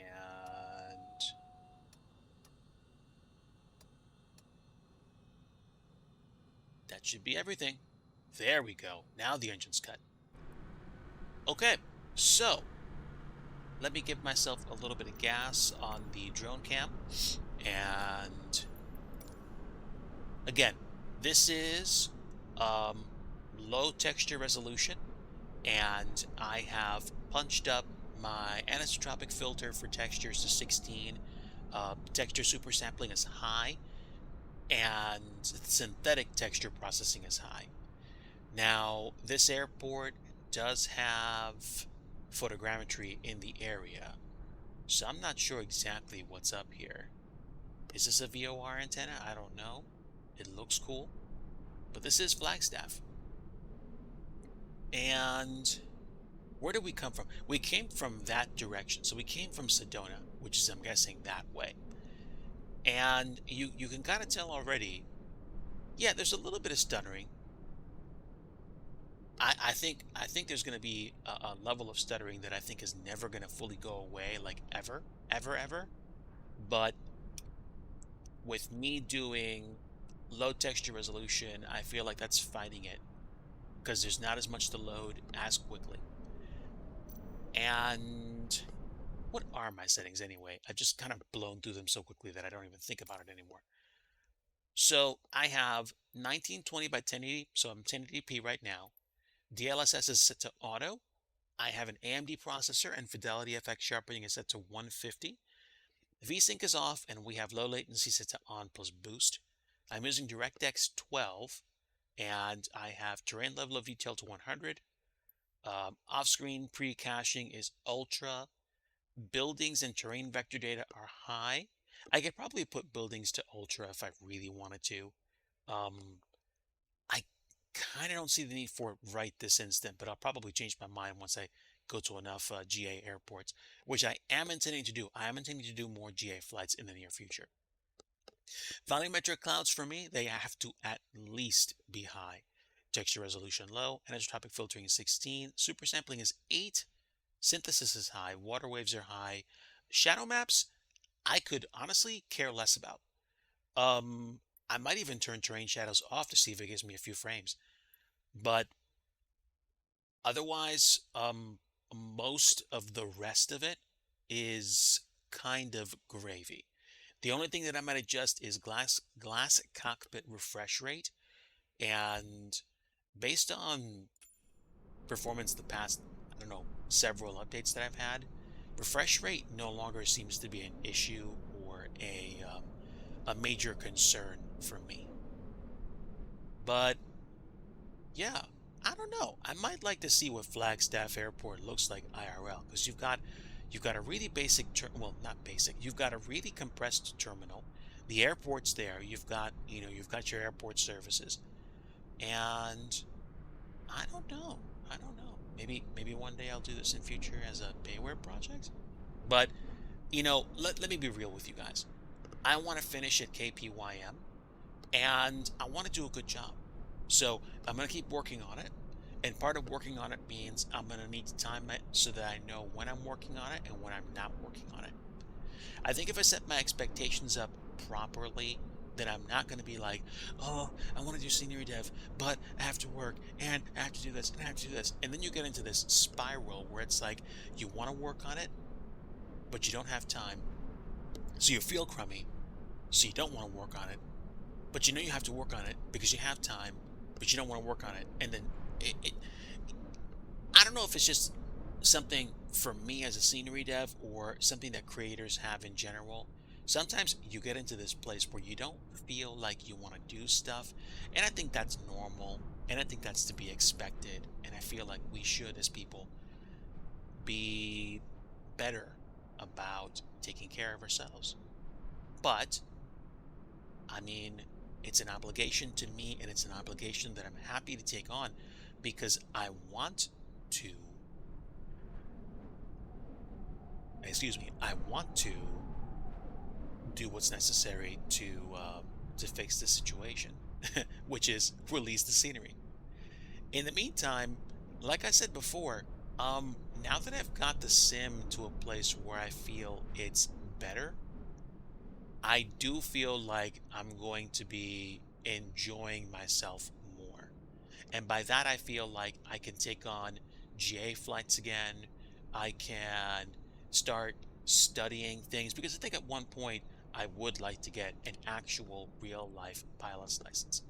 to fly around my area, fly around mid-Atlantic states, maybe even go to different parts of the country and rent a plane there and go check out that part of the country. Like like I keep saying, Wyoming or Montana or South Dakota and go to Rapid City and stuff like that. So I think now that I've got this to a place where the what do I want to call it? The ratio of graphic adjustments to sim performance and quality, in my opinion, is good. Because I think it's passable at medium, but it absolutely sails at low resolution. And and let me do this. Let me teleport to Kissimmee and take you guys around or show you, one of my favorite places in the world. So we're going to go to KISM, Kissimmee Gateway. It takes a good minute or three to really get everything comfy. I'm not worrying about it.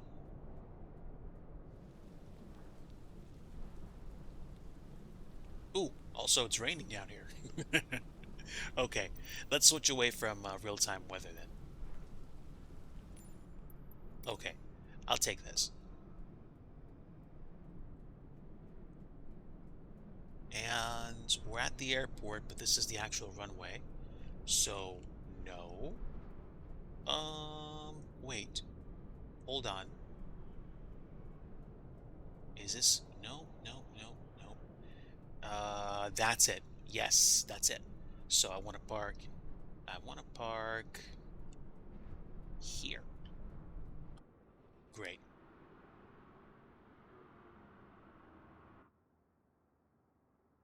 Okay. Parking brake should be on. Oh, pull on. There we go. Great. Oh, look at that. It's interesting. Um, AccuSeason actually put fall foliage down here. Cold day in Florida, but since I like fall foliage, I don't mind. Also, did they change anything about this? No, this actually looks old. And this is something that I'm going to have to deal with when I deal with scenery for airports and MSFS. Maybe the problem will go away mostly in FS 2024, but there's parts of airports that are under construction or areas outside the airports that are under construction that I and my scenery wouldn't take into account so much anymore. So I kind of sort of have to figure out whether or not certain details or certain kinds of scenery are going to matter more to me. Also, traffic variety is set to medium for me instead of ultra. And I don't know if that has anything to do with real-time traffic or synthetic traffic. I'm going to say real-time traffic. So the frame rates are really good here. But I didn't come here to show you guys Kissimmee. I came here to show you guys performance around my favorite places, which include Disney. So the airport's here. You go out to this road. This road kind of cuts down here. I've had fun doing fake driving on this road, and it's kind of cool, but at the same time, I think sometimes the road gets really bumpy. So let me just like keep it really like helicopter close to the ground. And yeah, there's some bumps here. Never mind the traffic. I wonder if I can get rid of this traffic, period. Because I like traffic, but I don't like how, yeah, the photogrammetry does not deal with cars that are parked there. Oh, here's where I want to make the turn. This is kind of fun. Sometimes the photogrammetry actually catches roadside things, which is pretty neat. Is this? Don't know what road that is, but it looks cool. Wait, wait.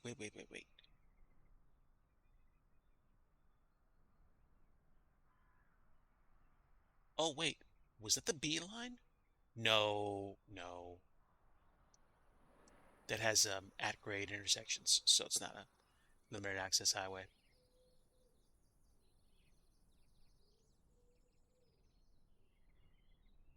Yeah, yeah, and that's the toll road that takes you to the airport and back, and then you have a little strip mall there, and then you go this way. Let me close this up. Just realized that was open. And then you have what is this? I forget it. Oh, there we go. It's a Marriott. It's a nice looking resort. Wow. Huge convention, excuse me, huge convention center as well. And here we are. So, okay. I mean, I wouldn't recommend driving or trying to fly under these because you'll most likely wind up hitting an invisible wall of jello. But it looks like they fixed or adjusted bridges so you don't get this wall of textures to kind of break the illusion. This is good. I'll take that. I'll take that. And then you have Disney Springs or downtown Disney for the folks that have been here years and years ago when it wasn't as what I'm trying to say, it wasn't as put together as it is now. There's the green, and I think this is the no, this is the green, and I think that's the orange garage. They have different classes, but I guess they're both painted green. Never mind.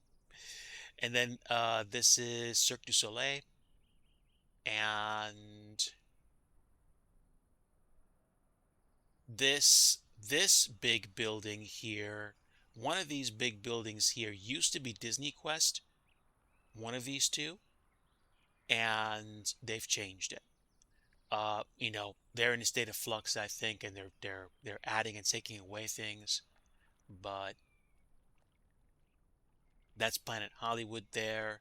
The Coca-Cola experience, where you can try a flight of sodas from around the world, and then you can, have a bunch of great food here, and plenty of places to go eat and shop. And this is like the outdoor mall portion, which is neat. I wonder if there's a way to replace those photogrammetric trees with different ones. I don't know. Then you have the World of Disney store and the outdoor concert area, and then you have some older shops, including a Godiva. Was it Godiva? Yes, I think it's a Godiva chocolatier place. And then um, Rainforest Cafe. There we go. And the resorts. I'm telling you, like, it could be because I don't see a lot of, what am I trying to say? It could be because I don't see a lot of aircraft flying around the area, like real-time traffic. But I'm extremely pleased with the frame rate that I'm getting right now. The moral of the story is, flight sim to your taste. Like if you like having gobs of detail and you could care if it's like 15 to 20 frames per second because you're perfectly fine with that and you're just busy focusing on the details, that's fine. I think it's possible that the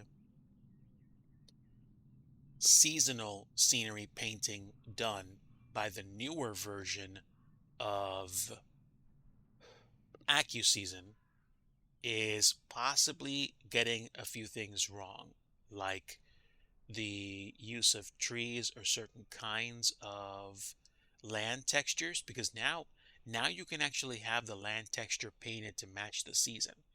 I don't think they do that with spring, but I'm guessing with winter it would be.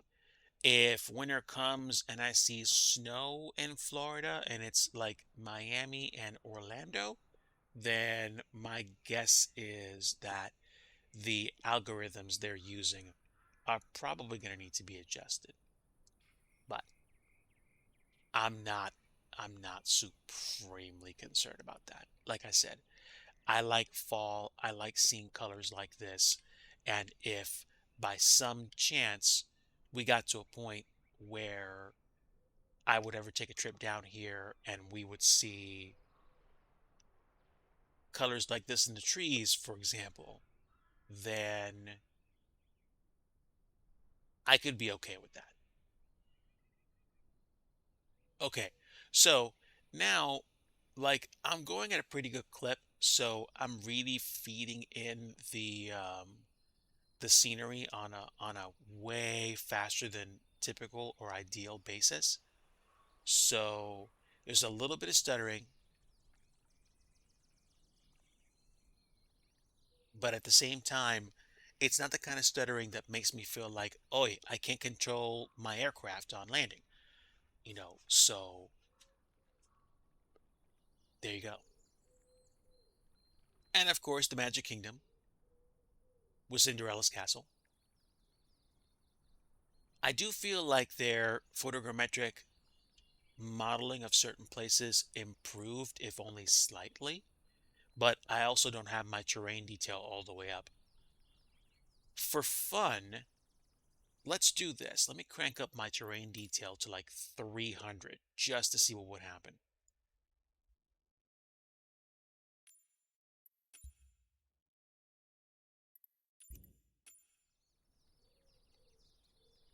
Okay, I can definitely see that my frame rate dropped, but it doesn't enhance the detail of stuff that you're close to. So there you go. For me, if I'm doing low and slow VFR flights, increasing the terrain level of detail for photogrammetric scenery is not going to uh, drastically change things. So there you go. The Grand Floridian, of course, and the Polynesian is right here. The thing that I don't like about the Polynesian photogrammetry is that the huts that are over the water do not get represented well. Like you barely notice that they're there at all because of the fact that the water overdraws them.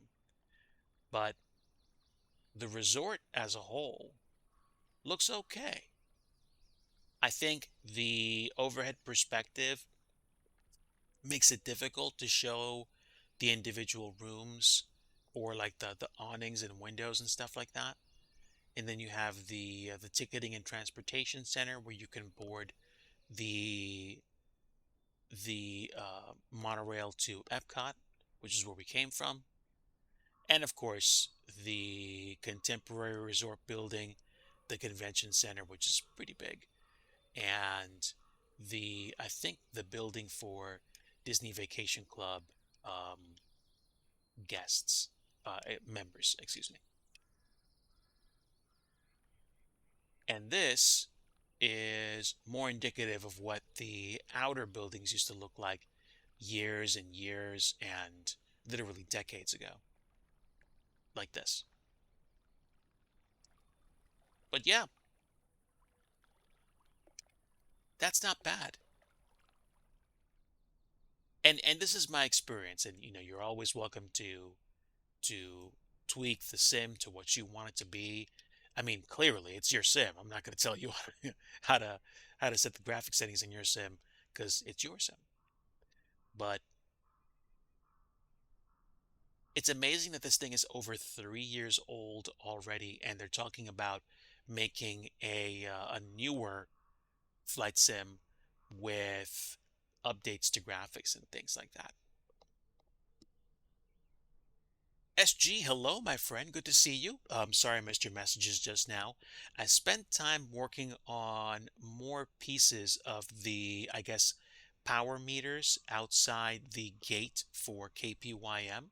I'm probably going to take a break once the stream is done, get up, maybe get started on making dinner for Mrs. DIGI.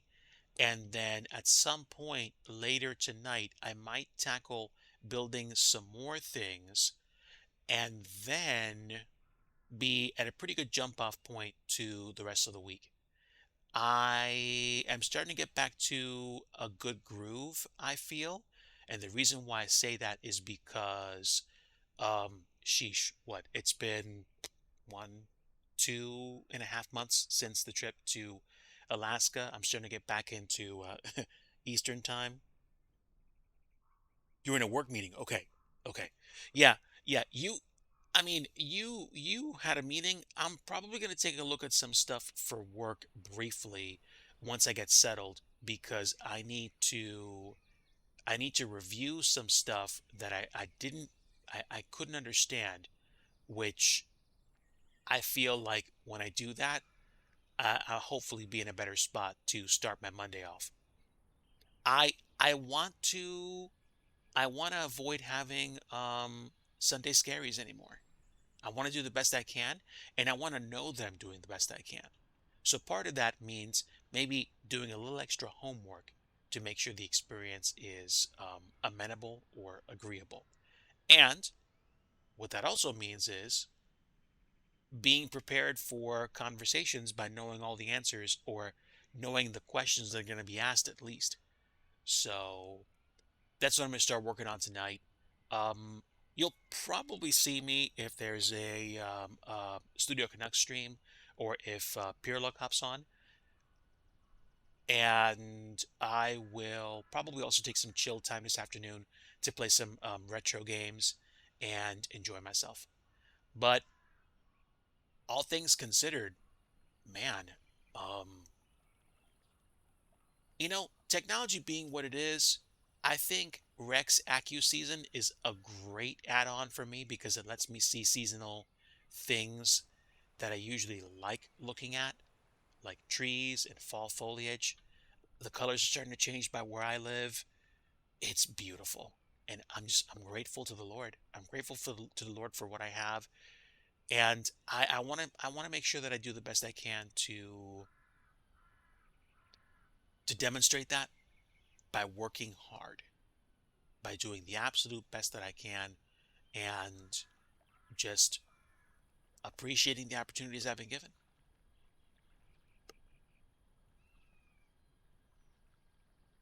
Oh, yeah, yeah, yeah. I remember the other season's mod that was there.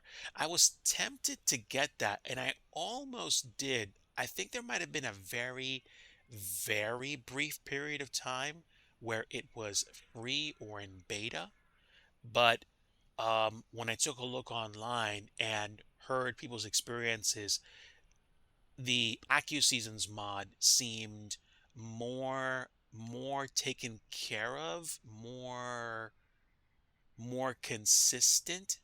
So for me, it boiled down to me saying, you know what? I think I'm going to take this one.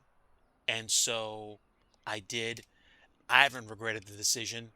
Probably like some people have the Bijan Seasons mod and they haven't regretted their decision. I just know with AccuSeason, it's definitely got the support structure in place.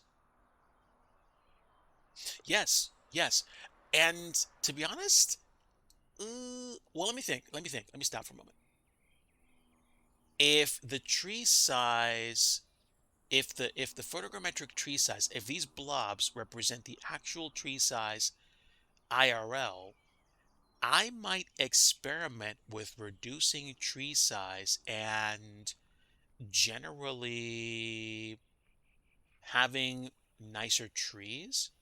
But the problem is that some of these trees aren't that tall. So it's like, do I take a chance and globally reduce tree size and have some really small looking trees? I'm going to mess around with it because I feel like at least that's going to give me the opportunity to enjoy it. And I mean, on the flip side, I don't want to reduce the tree size too much because then if I create scenery, I might not make representative scenery that really helps me deal with flora and fauna, but flora like trees and bushes as I should.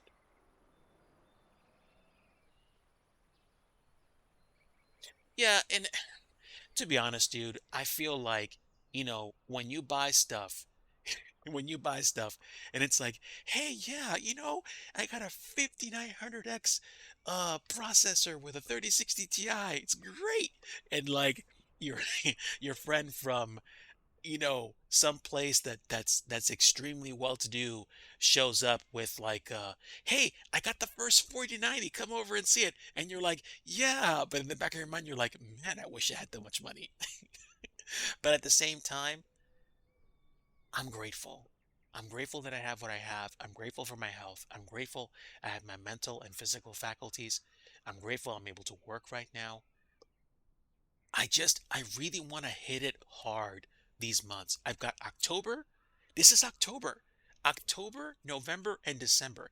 This is my prime. Like this is just the time of year where I'm having fun. It's getting colder, it's getting more colorful.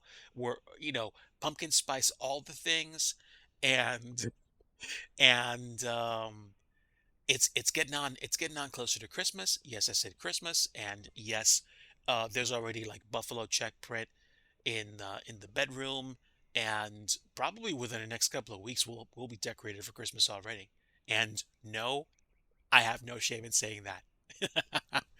I I'm definitely a fan of this season. For me, the holiday season kicks off after Labor Day, dude. You traditionally have low energy in fall. Oh, okay, that's interesting. Well, I'm sorry to hear that, and Lord willing, this will be a different season for you. And believe me when I say, I totally understand your comment about wanting to be done. Not because you don't like doing scenery development, but you get to a place where you're like, do I have to keep working on these lines again? I just want to release this and I want to move on to something new. It's it's it's a thing. I get it. I get it. You are you are talking to the right guy. Yeah, no simultaneous projects for you. Good for you. Good for you, my friend. Folks, I have taken you on a tour, a quick tour from Sedona to Flagstaff in the sim. We've talked about we've talked about graphical updates that I've made. Um, I'm I'm enjoying the performance of the sim right now. I could care how grainy it looks right now. I could probably run this at 4K and have it passable, but it's not going to be smooth. It's probably going to be in the 20s. So I'm happy where I am right now. And I think this is where I'm going to stay, at least until I figure out some other hacky way of boosting my frame rate, either by getting more RAM, which is gonna be a kind of long shot since I already have 64 gigs installed, and just the other stuff. But this, oh, 5 or 6 issues left to investigate. Wow, congrats, dude! I'm so happy for you.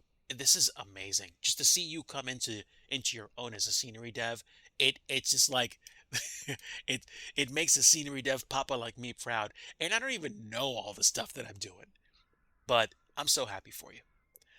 Um, let's go ahead and call it here, folks. I think I'm going to pick myself up and take a bow, so to speak, and we will. Oh, oh, wow. Yeah, I got a message from a friend of mine. So I'm definitely going to be hopping off to see what we can do. Let's go ahead and put you guys in care of somebody that's actually streaming right now. Alphabet challenge for Iron Condor. 757 Spy is streaming, Sim Caesar streaming, Scottish Pilot is streaming. Who can I put you guys to that I haven't necessarily rated recently? Let's see. I am checking.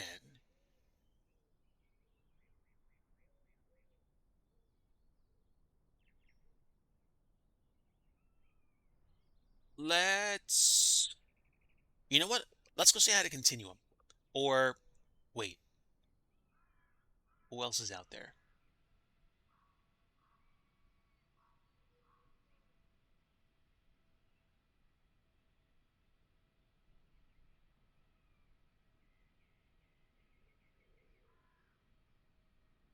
Let me see what Shadow Display Team is doing. Okay, they're doing a pretty big group flight. Wow.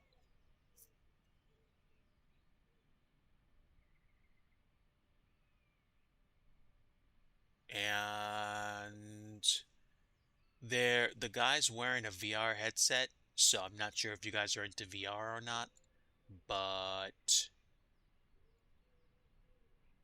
let me see. Who else can I say hi to?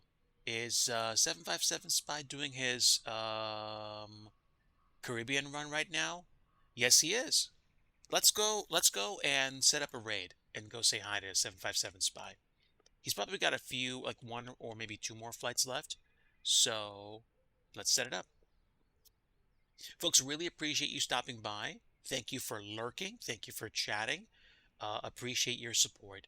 Like I always like to say, if you don't have peace, you need the Prince of Peace. If you want true peace, you definitely need the Prince of Peace, and that's Jesus. Take care, friends. Until next time.